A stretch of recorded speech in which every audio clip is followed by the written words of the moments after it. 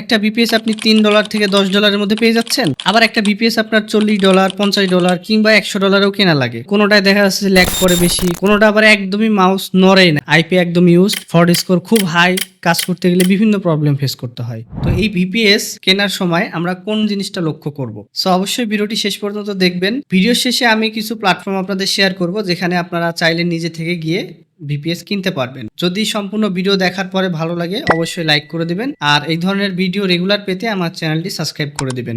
অনলাইনে বিভিন্ন কাজের জন্য আমাদের একটা প্রাইভেট স্পেসের প্রয়োজন হয়, এই জন্য আমরা কিন্তু ভিপিএস ইউজ করে থাকি। অনেকেরই একটা প্রশ্ন থাকে যে আমি চিপ প্রাইজের ভিপিএস ইউজ করব নাকি আমি হাই প্রাইজের ভিপিএস ইউজ করব।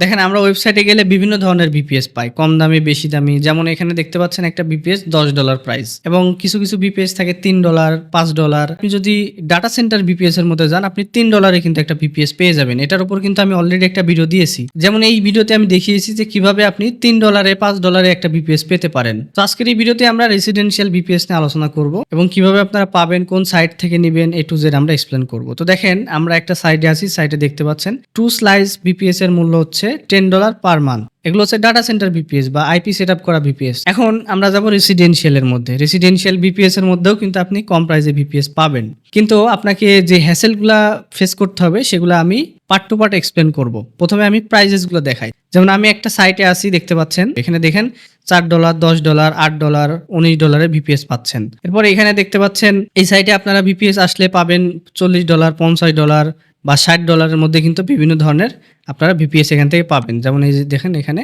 রেসিডেন্সিয়াল ভিপিএস, এখানে মোর ডিটেলসে গেলে আপনি এখান থেকে দেখতে পারবেন যে কোনটা কত প্রাইস, সবকিছু দেখতে পারবেন। হ্যাঁ, 25, 40, 190 বিভিন্ন প্রাইজের আছে। এরপরে এখানে আরেকটা ওয়েবসাইট আছে, এটা হচ্ছে এই সাইট। এখানে $22, $27, $33।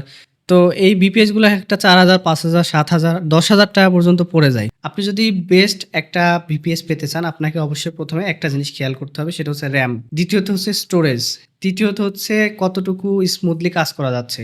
যেমন আমি এখানে প্রায় প্রত্যেকটা সাইট থেকে নিজে টেস্ট করেছি, বিভিন্ন কাজের জন্য দেখেছি যে কোনটা থেকে ভালো পাওয়া যায় স্মুথনেসের জন্য।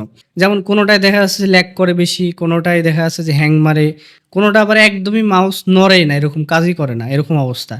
আবার কোনোটা দেখা যাচ্ছে আইপি ফ্রেশ পাওয়া যায় না, আইপি একদম ইউজড, ফরওয়ার্ড স্কোর খুব হাই, কাজ করতে গেলে বিভিন্ন প্রবলেম ফেস করতে হয়। আবার কিছু কিছু আছে যেগুলো আপনার ডাটা সেন্টার নেওয়ার পরে ঠকে যায়, এরকম ঘটনা কিন্তু আমাদের সাথে ঘটে। সো যদি আপনি অনলাইনে বিভিন্ন প্ল্যাটফর্মে কাজ করেন বা নিজে একটা প্রাইভেট ভিপিএস চান, সেক্ষেত্রে আপনাকে অবশ্যই 3-4টা জিনিস খেয়াল রাখতে হবে। সেটা হচ্ছে প্রথমত র্যাম ভালো দেখে নেবেন। অবশ্যই আপনি যখন একটা ভিপিএস চুজ করবেন, এখানে দেখবেন যে এটা 4GB র্যাম, 6GB র্যাম, যদিও এটা ডাটা সেন্টার। রেসিডেন্সিয়াল দেখবেন, দেখার পরে আপনি র্যামটা দেখবেন।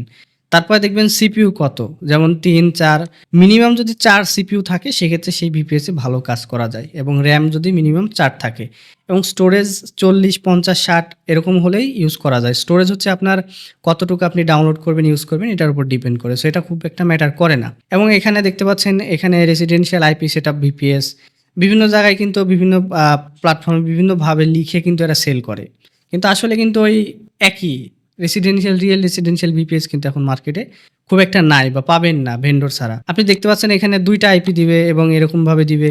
তো এই যে সাইটটা, এই সাইটের ভিপিএস একসময় আমরা ইউজ করেছি, এই সোলার ড্রাইভ, তখন কিন্তু এই সাইটের ভিপিএস দিয়েও কাজ হতো, কিন্তু এখন কিন্তু এগুলো ভিপিএস দেওয়ার কাজ হচ্ছে না। তবে আপনারা চাইলে ট্রাই করতে পারেন। হ্যাঁ, তো আমার সাজেশন থাকবে এই 4-5টা জিনিস খেয়াল রাখবেন।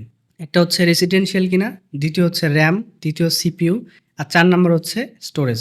এই 4টা জিনিস যদি ভালো থাকে, আপনি সেখান থেকে একটা জিনিস পারচেস করে কাজের জন্য টেস্ট করতে পারেন। তবে সেগুলো অবশ্যই নিজের যাচাই বাছাই করার পরে নেবেন। আমি এখানে কোনো সাইটের লিঙ্ক দিচ্ছি না বা কোনো সাইট শেয়ার করছি না।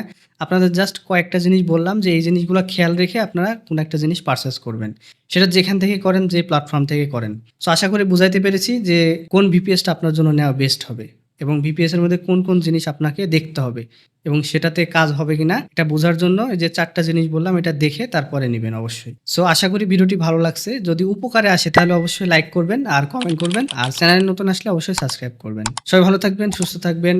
আল্লাহ হাফেজ।